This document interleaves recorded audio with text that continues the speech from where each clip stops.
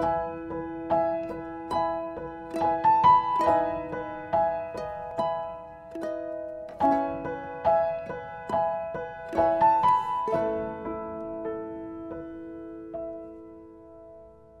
ibu-ibu, bapak-bapak, selamat siang semua, kita ketemu lagi. Hari ini topiknya agak berbeda ya. Kalau biasanya kita membahas tentang behavior, hari ini kita bahas tentang menulis ya. Saya kan sudah bilang berkali-kali targetnya apa sih anak-anak ASD ini, jangka pendek dan jangka menengah. Nomor 1 bisa bicara, nomor 2 bisa bersekolah dengan perilaku yang cukup baik ya. Sekolahnya ini bisa sekolah biasa, bisa sekolah yang pakai bantuan itu ya, nggak apa-apa, pokoknya bisa sekolah. Nah, beberapa pasien, banyak juga sih, itu mengalami kesulitan di sekolah karena menulisnya yang buruk. Saya punya 2 pasien barangkali itu sampai diminta berhenti dari sekolah hanya semata-mata karena tulisannya buruk. Padahal kemampuan akademisnya baik dan perilakunya cukup baik ya. Jadi cara menulis yang buruk ini sangat mempengaruhi kemampuan akademisnya.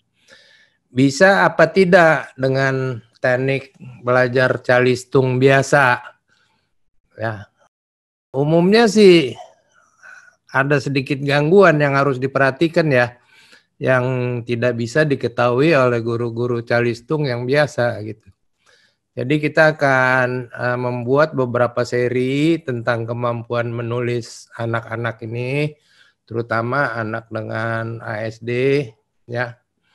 Nanti dilihat dari segi rehabilitasi medis, dari segi OT ya, dan dari segi yang lain-lain.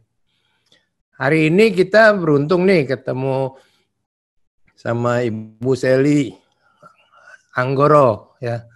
Beliau adalah ahli rehabilitasi medik yang mengkhususkan diri pada anak-anak, lebih khusus lagi pada anak-anak dengan kebutuhan khusus ya, terutama autis. Sehari-hari beliau berpraktek sama saya, di sebelah saya, jadi pengetahuannya banyak sekali tentang anak-anak ASD ini. Kita mulai dengan bagaimana belajar menulis ya. Nanti akan dipandu oleh Ibu Anita ya, untuk tanya jawab. Sekian pengantar dari saya nih. Mari kita belajar menulis bersama-sama, mulai dari yang awal ya. Silakan Dokter Seli. Terima kasih, selamat siang Ibu-Ibu, selamat siang ada Bapak-Bapak ya. Terima kasih Prof atas kesempatannya. Ya hari ini sebenarnya saya hanya ingin berbagi bagaimana sih cara mengajarkan anak itu belajar ya. Itu tadi kata Prof, nanti kita akan buat serial. Jadi yang saya berikan materi hari ini itu hanya pembuka dan lebih sifatnya ke arah pengantar ya, buat nantinya kita akan mendengarkan teman-teman yang lain, teman-teman terapis, teman-teman psikolog yang akan membicarakan mengenai menulis juga ya. Hari ini saya akan sharing tentang belajar menulis harus mulai dari mana. Untuk menulis itu ternyata bukan cuma sekedar memegang pensil, kemudian menggerakkannya di tangan kita, kemudian mencoret-coretkannya di atas sebuah kertas atau alat tulis lainnya, tapi ternyata kita butuh persiapannya. Persiapannya dimulai dari tubuh kita sendiri, tubuh anak itu sendiri. Jadi dari tonusnya, tonus otot, dari posturnya, kemudian dari kemampuan geraknya, baik itu gerak motorik yang kasar maupun yang gerak yang halus. Ya, selain dari itu juga seorang anak perlu kecerdasan, perlu adanya keterampilan visual motor, perlu adanya integrasi sensoris dan lain-lain yang akan dibicarakan bukan pada kesempatan ini ya. Dan nanti hari ini kita juga akan bicara mengenai masalah perkembangan menulis khususnya pada anak dengan autism atau ASD. Ya, tadi sudah dibahas bahwa gerak kasar itu sebenarnya hal-hal yang dimulai dari bayi ya, bayi saat lahir, dari sejak usia dini, ternyata kemampuan atau perkembangan gerak motorik kasar ini akan berpengaruh pada kemampuan anak menulis nanti di kemudian hari. Ya, kenapa demikian? Karena dengan melatih gerak otot besar atau gerak motorik kasar itu ternyata seorang bayi misalkan dia belajar mulai dari mengangkat kepala, dia belajar rolling, tengkurap, berguling, kemudian dia belajar merangkak, nanti dia akan belajar berdiri dan berjalan sampai melakukan aktivitas fisik lainnya, itu ternyata melibatkan otot-otot yang nantinya akan berkembang dari otot-otot yang besar menjadi otot-otot yang lebih halus atau gerak motorik yang lebih halus, motorik halus.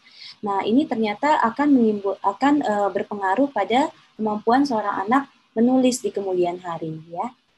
Maka itu buat orang tua di sini jangan lupa bahwa keterampilan motorik kasar dasar itu mulai dari anak lahir sangat penting dan sangat perlu untuk kita latih. Supaya nanti anak di kemudian hari akan dapat mampu menulis dan tentunya nanti akan memberikan performa akademik yang baik. Nah, apa sih tonus otot? Tonus otot itu adalah suatu keadaan otot saat istirahat, ya. Jadi saat kita sedang tidak ngapa-ngapain itu biasanya otot itu akan memberikan daya tahanan pada otot, itu yang kita sebut sebagai tonus. Nah, ada kondisi di mana otot-otot tersebut tidak dalam kondisi yang baik atau optimal, ya. Biasanya kita sebut low tone atau hypotone, artinya ototnya terlalu lembek atau kurang kuat, dan juga hypertone, ya, atau yang kita sebut namanya otot yang kaku, ya. Nah, otot-otot tersebut ternyata juga memberikan pengaruh kepada nantinya anak dapat belajar menulis. Kemudian kita lihat di sini adanya stabilitas proksimal. Apa sih proksimal? Proksimal itu adalah bagian yang terdekat dengan area midline atau area sentral dari tubuh kita.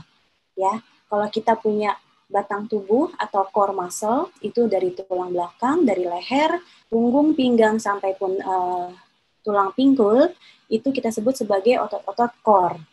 Nah, dari otot-otot core itu kita perlu membuat namanya stabilitas. Ya, kenapa perlu kestabilan dari core muscle ini? Karena ini yang nanti akan menentukan apakah seorang anak tersebut dapat menulis secara optimal maupun tidak. Ya, kalau kita lihat di sini gambarnya seorang anak belajar bermain Lego atau puzzle dari atas bola, itu ternyata ini adalah suatu bentuk latihan otot-otot core atau stabilitas proksimal. Jadi dengan dia melatih otot-otot bagian atas, artinya tangan, bahu, siku, dan lain-lain, itu ternyata dapat menimbulkan manfaat nanti di kemudian hari. Dan juga anak di sini ada yang belajar berdiri sambil dia mempertahankan keseimbangan benda yang ada di atas kepalanya, sambil dia mencoba meraih benda yang ada di lantai atau di tanah. Nah, ini juga membutuhkan suatu stabilitas otot bagian core atau proksimal yang cukup optimal. Ya. Demikian pula saat anak yang bermain Spider-Man ini ke atas ya, ini juga membutuhkan kestabilan dari otot-otot batang tubuh atau core muscle yang nantinya akan berpengaruh pada kemampuan anak menulis. Hal yang penting yang perlu kita perhatikan di sini adalah postur. Postur adalah posisi atau sikap tubuh terhadap anggota tubuh yang lain dan juga terhadap lingkungannya. Nah, kita perhatikan di sini bahwa pada saat anak duduk, kita perlu perhatikan apakah posturnya sudah optimal. Ya, jadi duduk itu tidak hanya sekedar duduk, tapi seorang anak harus menempatkan badannya atau tulang belakangnya itu secara optimal di atas bangku. Kalau kita lihat di sini, postur yang paling optimal pada saat duduk, kita sebut namanya postur 90-90-90 ya, 90-90-90. Artinya, kaki akan menempel rata di atas lantai, kemudian sudut dari kaki dan telapak kaki dengan tulang kaki yang di atasnya, kaki bagian atas itu akan membentuk sudut 90 derajat. Begitu pula dari lutut dan ke arah paha, itu juga membentuk sudut 90 derajat. Demikian pula dengan pinggul akan membentuk sudut 90 derajat dengan tulang belakang. Ya, makanya disebut 90-90-90 ya. Ini suatu postur duduk yang paling optimal, yang paling baik untuk anak belajar. Selain itu, diperhatikan pula bahwa kepala anak harus berada tegak di tengah, tidak berada di atas meja, tidur-tiduran, atau bersandar dengan tangannya. Dan perhatikan pula bagaimana posisi sudut kertas terhadap badan anak tersebut. Kenapa sih kita perlu memperhatikan postur tubuh yang benar pada saat anak beraktivitas atau pada saat anak sedang menulis? Kita tahu bahwa pada saat masih dini, masih kecil, itu tulang anak masih tumbuh dan berkembang. Jadi artinya masih sangat rentan terhadap perubahan-perubahan baik apa yang dilakukan sehari-hari ataupun adanya kejadian ataupun penyakit-penyakit yang berkembang nantinya. Nah, selain itu, di tulang belakang kita itu juga terdapat namanya medula spinalis. Itu merupakan bagian dari otak yang sudah keluar dari batang otak, itu mempunyai fungsi yang sangat vital, ya. Selain dari fungsi mengatur suhu, mengatur tekanan darah, dan mengatur yang lain-lain, fungsi vital dari tubuh, dia juga mengatur bagaimana kita bergerak. Artinya pada saat kita berjalan, kemudian kita membungkuk untuk mengambil objek, kita saat memasang kaos kaki, memutar leher, dan lain-lain, ini ternyata memang membutuhkan tulang belakang atau postur tubuh yang baik. Nah, selain itu, pada saat anak masih muda atau masih kecil, biasanya kita takutkan apabila adanya gangguan dari postur atau perubahan postur yang tidak baik, nantinya akan bisa menjadi perubahan kesegarisan tulang yang sifatnya permanen, ya. Di kemudian hari nanti anak bisa terjadi gangguan kelainan dari tulang belakangnya, ya. Kita tahu skoliosis, kifosis, dan lain-lain. Selain itu, gangguan dari postur tubuh juga dapat menyebabkan adanya nyeri yang sifatnya lama, yang sifatnya kronis. Selain itu dapat juga mengganggu penampilan dan mengganggu pada saat anak beraktivitas, termasuk nantinya pada saat anak menulis. Bagaimana postur anak Anda di rumah? Nanti Ibu Bapak harus lihat ya. Next. Nah, ini adalah beberapa posisi postur duduk atau posisi duduk yang kurang tepat. Kita bilangnya lazy habit ya. Jadi anak yang cenderung membungkuk, baik pada saat berdiri maupun pada saat duduk, dan kemudian lututnya tidak mengunci ya, kakinya juga jadi tidak tegap. Kemudian anak yang hobinya bersandar ya, suka malas-malasan ya, nempelnya di dinding, nempel di belakang kursi, nempel di tiang, dan lain-lain. Ya, ini merupakan posisi-posisi atau postur tubuh yang kurang optimal ya, yang berbahaya nanti di kemudian hari. Nah, dalam menulis jangan lupa ingat 3P ya. Postur, pencil, and paper ya. 3P ya. Tadi postur kita sudah bahas, nanti kita akan bahas lebih lanjut mengenai pencil and paper ya. Jadi jangan lupa saat duduk atau saat anak lagi menulis, lihat posturnya bagaimana. Posisi pensilnya, pegang tangannya bagaimana, dan juga posisi papernya atau kertasnya bagaimana. Selain dari gerak motorik halus, tonus otot, dan juga postur, perlu diperhatikan di sini adanya gerak motorik yang sifatnya halus ya, atau fine motor skill ya. Kita tahu bahwa anak dari lahir dia belajar untuk memegang tangannya, memegang tangan ibunya, menyentuh botol susu, memegang botol susu dengan kedua tangan, atau dengan memasukkan sendok atau alat-alat makan, ataupun snack ke dalam mulutnya. Nanti dia akan lebih besar, dia akan belajar memegang tracing ya, dengan puzzle ataupun dengan kertas, dan juga mulai menulis ya. Kemudian aktivitas sehari-hari yang sifatnya membutuhkan otot-otot yang lebih spesifik atau lebih halus, seperti memutar gagang pintu, memutar tutup toples. Ini merupakan gerak otot-otot yang sifatnya lebih halus atau lebih spesifik.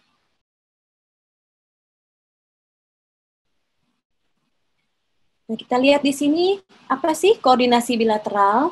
Ya, koordinasi bilateral itu terjadi tidak demikian munculnya demikian saja ya, tapi merupakan suatu proses yang terjadi secara simultan atau kontinu, mulai dari anak tadi, anak mulai belajar angkat kepala, dia mulai rolling, dia mulai merangkak, mulai duduk, dan mulai dia berdiri dan berjalan sambil dia menggerakkan kedua sisi tubuhnya, yaitu sisi kanan dan juga sisi kiri.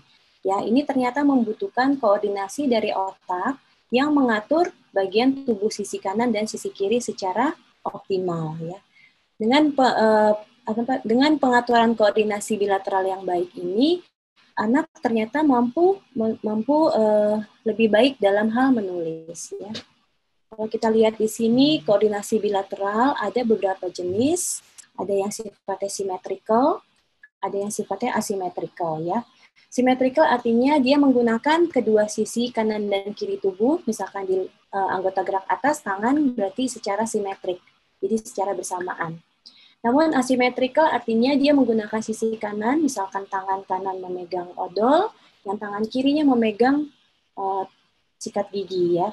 Dia harus mengkoordinasikan bagaimana saat si odol tersebut bertemu dengan sikat giginya. Kemudian ada juga yang disebut sebagai crossing midline. Ini merupakan hal yang sangat penting, di mana sisi kanan tubuh mengatur ke sisi kiri tubuh, sisi kanan otak maksud saya, mengatur ke sisi kiri tubuh, dan sisi kiri otak mengatur ke sisi kanan tubuhnya. Dan itu dipertemukan di bagian tengah. Nah, ini yang akan membuat anak dapat melakukan gerakan secara diagonal. Ya, kita sebut namanya crossing the midline. Jadi midline itu garis tengah tubuh, kemudian anak akan menyeberang dari sisi kanan ke kiri, dari sisi kiri ke kanan. Kemudian disebut sebagai reciprocal. Reciprocal bisa terjadi dari anggota gerak atas, anggota gerak bawah, maupun keempatnya. Kenapa reciprocal? Karena memang secara bergantian ya. Kalau kita lihat anak mulai belajar merangkak, anak belajar berjalan, ini yang disebut sebagai reciprocal bilateral coordination. Kita kenal juga yang disebut sebagai hand preference atau dominansi tangan. Dengan dominasi tangan yang lebih aktif, itu anak akan mampu melakukan aktivitas yang lebih spesifik dengan sisi kanan yang dominan. Biasanya dengan tangan kanan untuk yang memang kinan, atau dengan tangan kiri yang memang anak tersebut seorang yang kidal ya. Ini sangat penting ya. Kenapa? Karena kalau anak tersebut tidak mempunyai preferensi atau dominan tangan yang jelas, nanti dia akan kebingungan. Ketika dia memegang pensil, tangan mana yang harus mengambil pensil, tangan mana yang harus memegang kertas, gitu ya.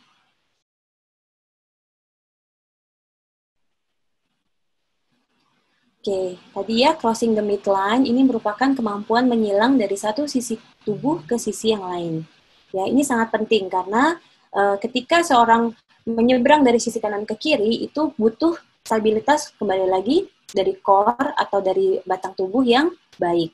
Ya, kita juga harus sadar bahwa ketika tulang belakang kita bergerak atau berputar dari sisi kanan ke kiri, itu kita harus sadar, harus aware terhadap gerakan tersebut. Tadi adanya koneksi sisi otak kanan dan juga kiri ya. Kenapa penting? Karena kaitannya dengan menulis ini sangat berkaitan ya. Ketika seorang anak duduk di lantai, dia akan menggerakkan kakinya bersila di lantai, kemudian dia mulai meraih mainan atau aktivitas yang lain, misalkan menggunting, kemudian saat dia memakai sepatu, membuka resleting tas, itu sangat berpengaruh dengan gerakan tersebut ya, namanya crossing the midline ya. Pada anak yang tidak bisa melakukan crossing midline ini dengan baik, tadi ya, muncul kebingungan ya, gonta-ganti tangan, jadi ketika dia mau mengerjakan aktivitas di kiri, biasanya dia pakai tangan yang kiri. Namun, kalau yang kanan, dia tetap pakai di sisi yang kanan. Jadi kebingungan ya, anak akan menjadi kebingungan. Kemudian anak juga pada saat duduk, biasanya posisinya tidak betah ya, nggak betah, jadi gonta-ganti terus ya pada saat duduk. Demikian pula pada saat pegang kertas. Biasanya lagi nulis posisinya kertasnya itu yang diputer ya. Biasanya anak itu jadi kebingungan ya. Dia mau mewarnai yang sisi kiri, tapi karena dia memang kurang bagus crossing the midline-nya, akhirnya kertasnya yang dia putar. Gitu ya.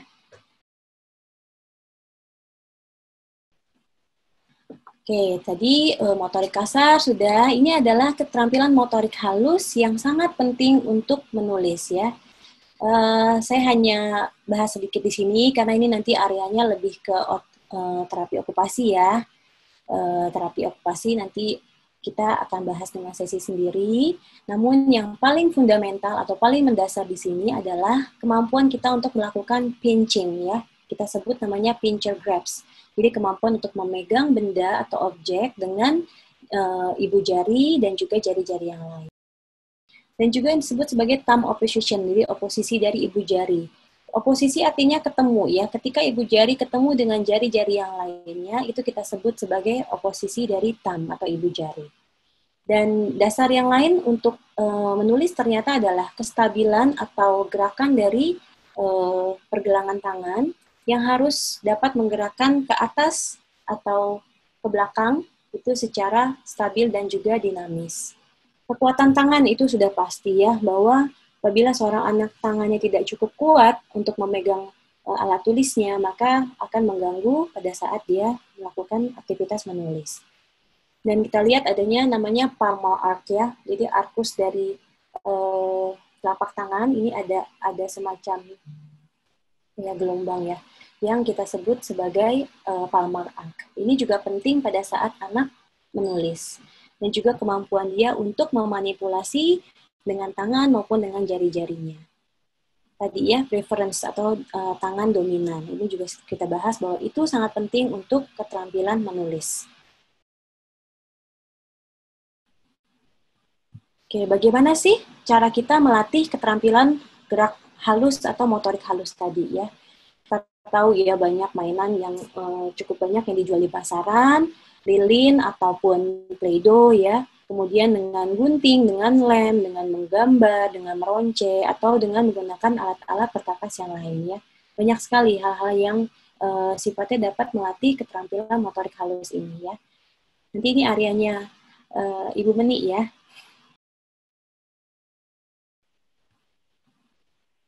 Oke ya, di sini adalah suatu piramida yang disusun mulai dari bawah, artinya sebagai landasan bagaimana nanti seorang anak mampu membangun kemampuan-kemampuan yang lebih spesifik di atasnya. Ya, kita lihat di sini bahwa yang paling mendasar adalah stabilitas core atau bagian dari batang tubuh, tulang belakang. Kemudian yang didukung oleh stabilitas bahu, stabilitas proksimal, muncul ke lengan bawah dan juga ke pergelangan tangan, nanti muncul ke tangan dominan, kemudian bagaimana ke jari-jari, ada kita punya 5 jari, gerak-gerak jari 1, 2, dan 3 itu ibu jari, telunjuk, dan jari tengah, itu sebagai tangan yang nanti bisa memanipulasi pensil ataupun alat tulis yang kita pegang, dan jari keempat dan kelima, kelingking dan jari manis, ini yang nanti akan bersifat sebagai penstabil ya, stabilitas dari gerak 3 jari yang lain. Kemudian dari gerak jari-jari ini nanti akan melakukan manipulasi jari-jari dan nanti kaitannya dengan pensil grip dan juga dengan pensil kontrol ya.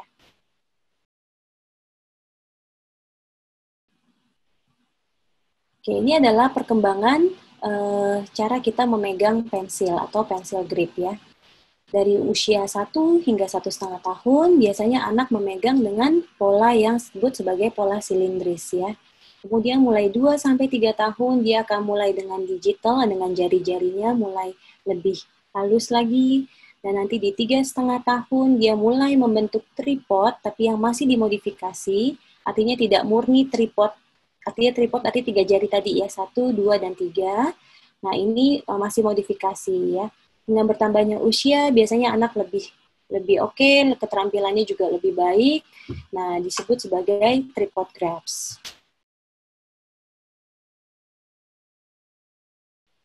Oke, ini adalah yang kita sebut sebagai functional grabs, artinya pola pegang pensil yang bersifat fungsional ya. Kenapa disebut fungsional?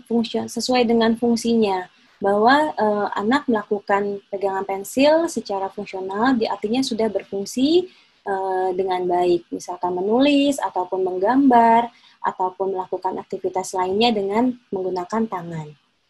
Ada 3 jenis functional grabs di sini, ada yang namanya static tripod, Ya, artinya bahwa 3 jari itu jari pertama, 2, dan ketiga bekerja sebagai satu unit ya, membentuk oke ya.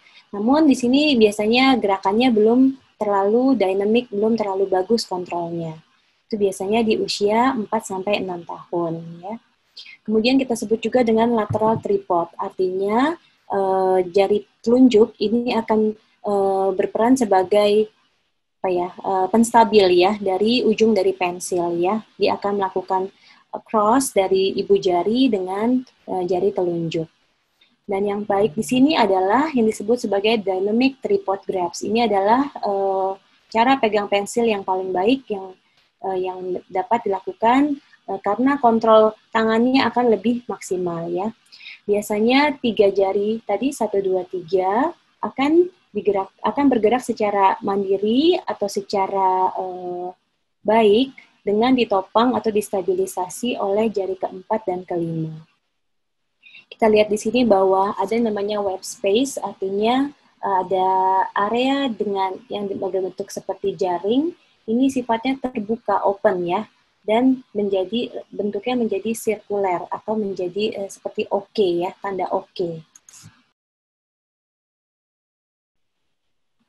Selain dari cara pegang yang tadi, ternyata ada beberapa cara pegang pensil yang kurang efisien ya.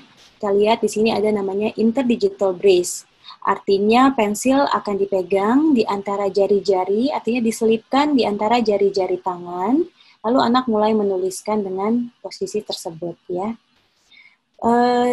Pegang pensil yang kurang efektif yang lainnya adalah key atau lateral pinch grasp, artinya yang seperti tadi dia memegang dengan telunjuk sebagai dasar dari pensil, namun diposisikan dengan web space-nya tadi di antara si ibu jari tersebut ya. Jadi kayak diselipin ya, ibu jarinya diselipin ke pensilnya, dan yang jari-jari 2 dan yang lainnya itu sifatnya lebih menutup ya, lebih kaku. Kemudian cara pegang yang kurang efisien lainnya disebut sebagai thumb tuck, artinya ibu jarinya disembunyiin. Ya, jadi harusnya dia terbuka membentuk kata oke, tapi ibu jari ini disembunyikan di antara 3 jari yang lainnya.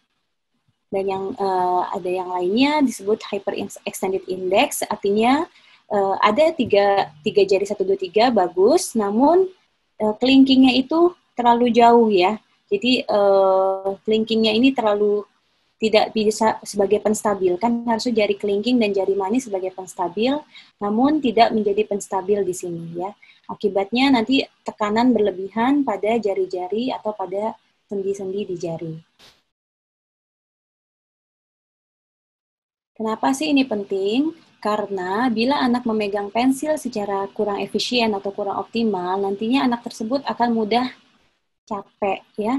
Dia juga bisa mengeluh nyeri. Selain itu, kecepatan dalam menulisnya akan terganggu. Dan gerak jarinya juga kurang luas ya dalam mengkontrol atau menggerakkan alat-alat tulis yang lain ya. Dan tadi ada tekanan pada sendi atau tulang, nantinya berisiko cedera ya, cedera pada sendi.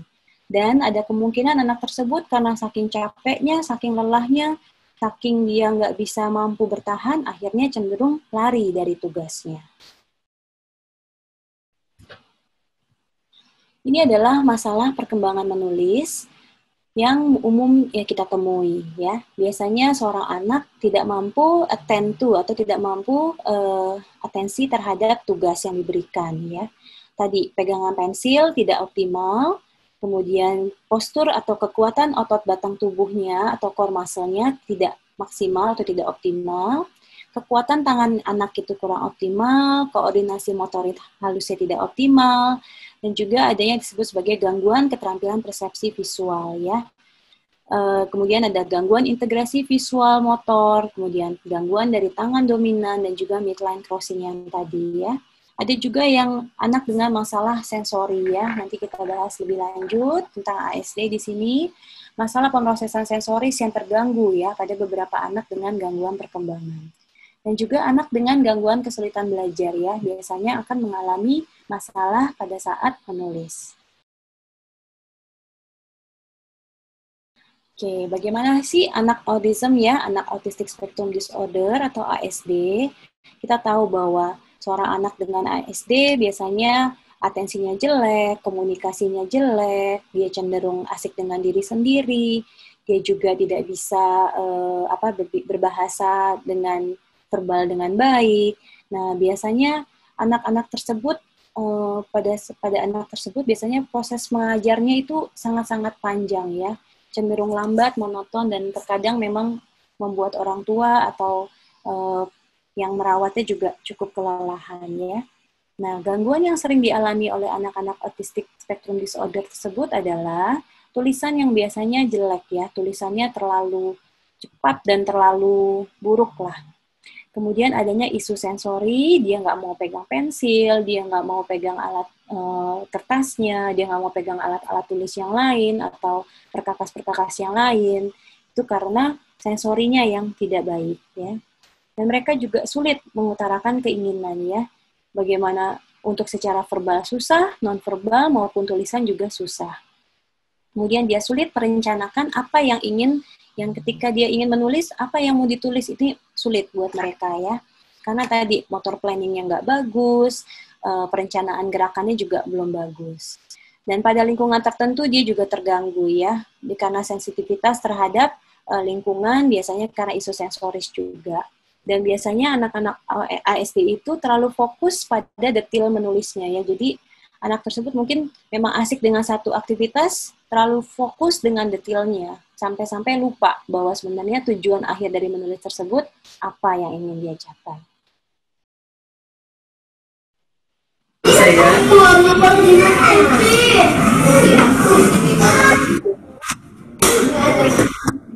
Gambar apa itu?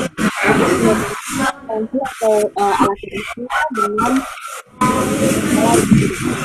Jadi ada banyak kemungkinan ya, bisa karena keterlambatan perkembangannya. Contoh-contoh gerakan atau cara pegang pensil lainnya yang kurang baik pada anak autism ya. Tadi ya diselipkan di jarinya, kemudian tidak stabil, jari 4 dan 5-nya juga tidak membuat kestabilan, tidak ada bentuk oke dari jari 1, 2, dan 3. Oke ya, ini adalah contoh bentuk tulisan pada anak-anak autistik. Biasanya mereka juga cenderung tidak mampu untuk membedakan ya, diskriminasi baik dari posisi depan, belakang, itu sering-sering ketuker ya, antara atas dan bawah, depan dan belakang ya. B dianggap D dianggap B, itu, dan T juga kurang panjang, P juga turun ke bawah, B juga ke atas gitu ya. Jadi adanya gangguan pada persepsinya mereka ya. Dan juga biasanya spacing atau spasi di antara kedua kata itu tidak bisa kita lihat di sini ya. Biasanya tulisannya ya kacau ya, acak-acakan ya.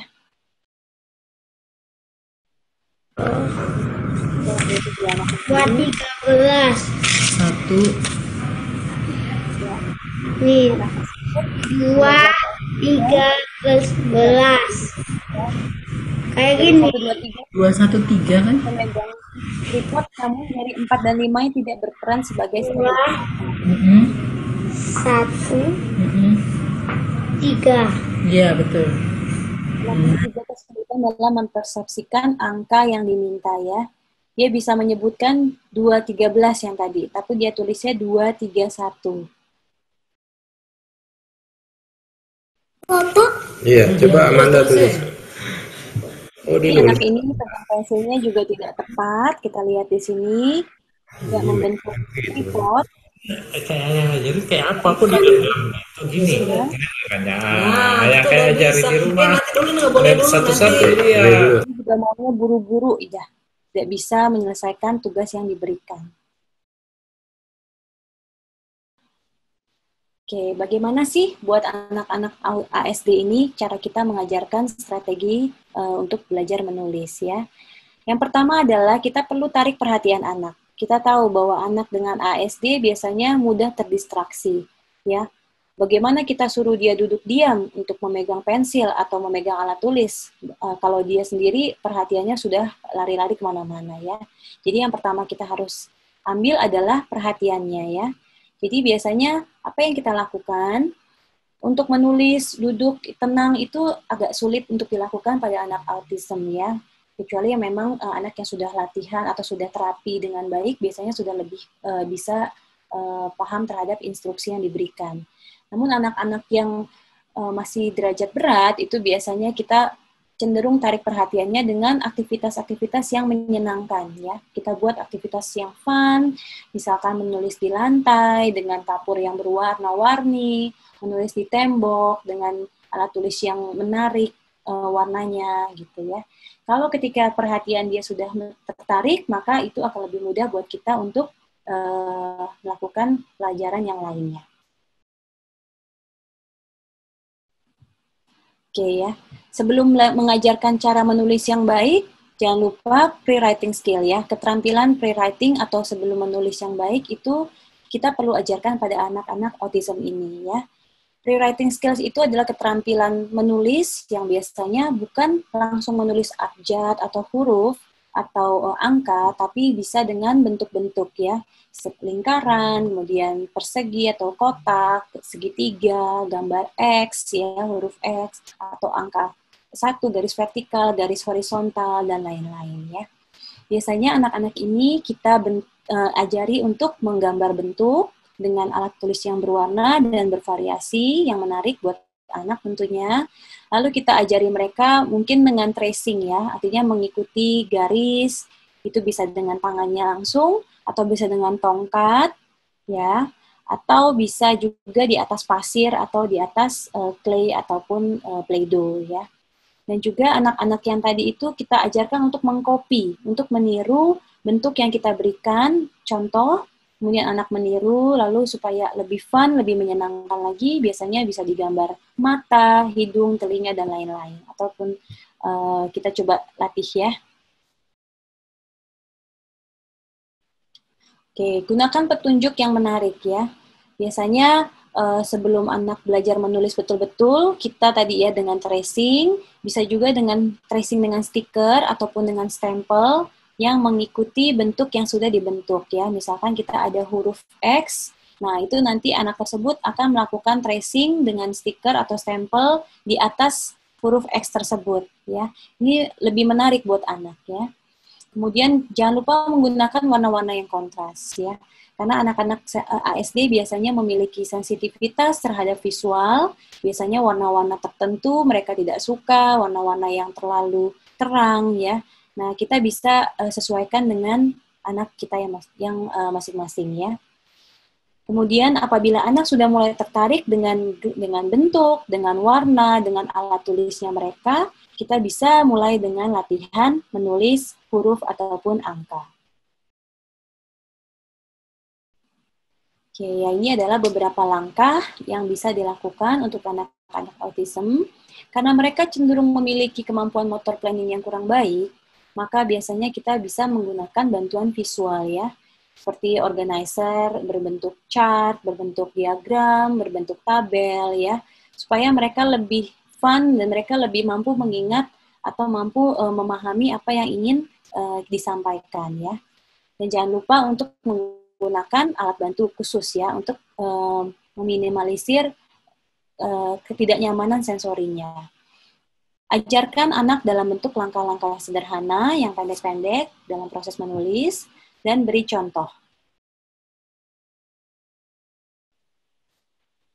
Oke, bisa juga kita gunakan beberapa teknologi yang sifatnya tambahan ya, seperti komputer yang sudah dilengkapi dengan prosesor khusus, software yang khusus, atau dengan penggunaan alat-alat komunikasi augmentif yang lain ya, seperti iPad, seperti huruf letterboards ya, ataupun fasilitas communication ya. Dan jangan lupa untuk selalu menambahkan kosakata dalam setiap aktivitas ya.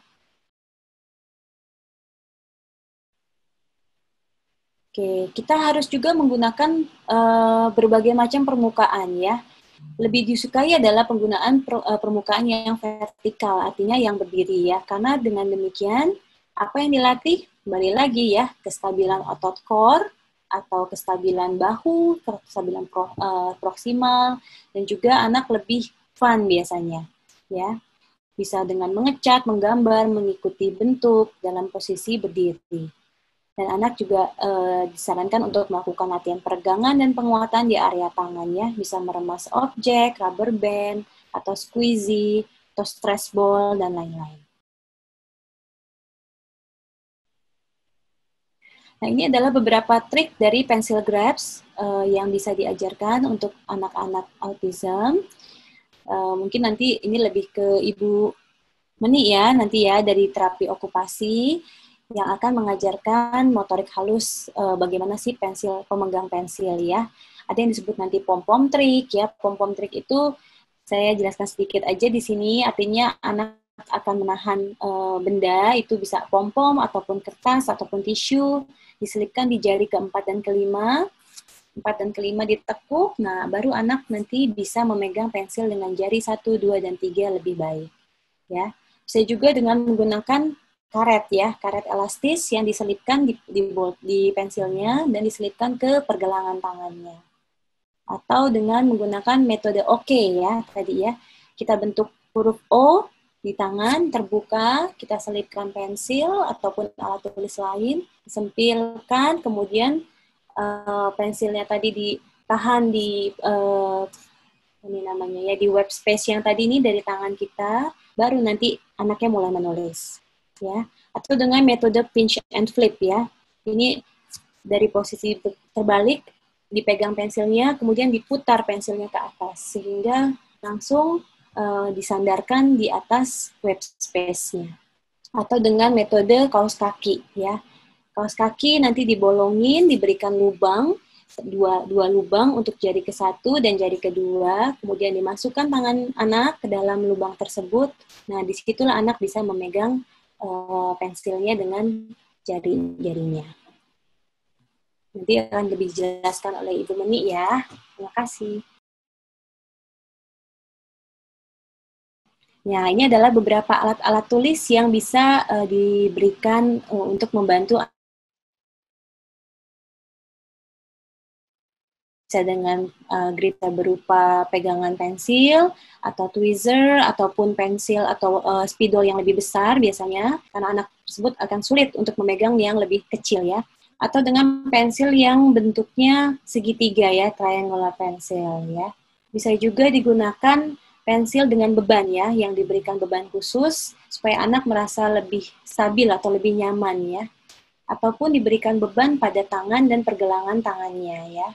Ini juga memberikan kestabilan pada anak dan anak biasanya lebih tenang.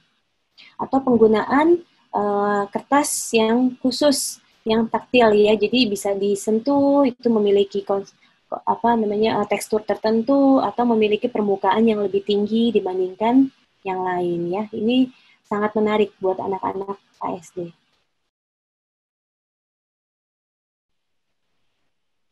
Oke, sebagai catatan, jangan lupa untuk orang tua di sini harus terus mendukung anak untuk berlatih menulis, mulai dari aktivitas yang ringan ya, aktivitas menulis di atas foam, pasir ataupun garam, mulai dengan menggunting atau merobek kertas, merobek tisu, bermain dengan play-doh, clay ya, menggambar dengan krayon, spidol ataupun alat tulis yang lain ya. Yang pasti bahwa aktivitas bermainnya harus menyenangkan ya. Dan juga bisa anak-anak tersebut bisa bantu misalkan supaya dia lebih semangat, anak tersebut nulis pengennya apa, saya ingin itu ya, saya mau snack apa gitu misalkan ya. Dengan menuliskan daftar keinginannya biasanya anak motivasinya akan lebih tinggi ya. Jangan lupa beri reward ketika anak berhasil supaya motivasinya lebih tinggi, ujian ataupun makanan ataupun apa ya, reward yang sesuai dengan anak ya. Dan practice makes perfect ya. Jadi semakin sering kita berlatih, semakin anak akan mampu menjadi ahli di dalam aktivitas tersebut. Ya, terima kasih. Terima kasih Ibu Sally. Terima kasih Prof. Cuman advisnya banyak juga ya. Gangguannya banyak, advisnya banyak. Jadi nggak mungkin ibu-ibu mendengar bisa menangkap dalam sekejap mata. Jadi yang saya anjurkan kalau ibu-ibu ada problem dengan anaknya menulis, Di video aja kan gampang ya. Nanti dikirim ke anakku ide, kita teruskan ke Dr. Sally, bisa konsultasi online ya. Bisa, Prof.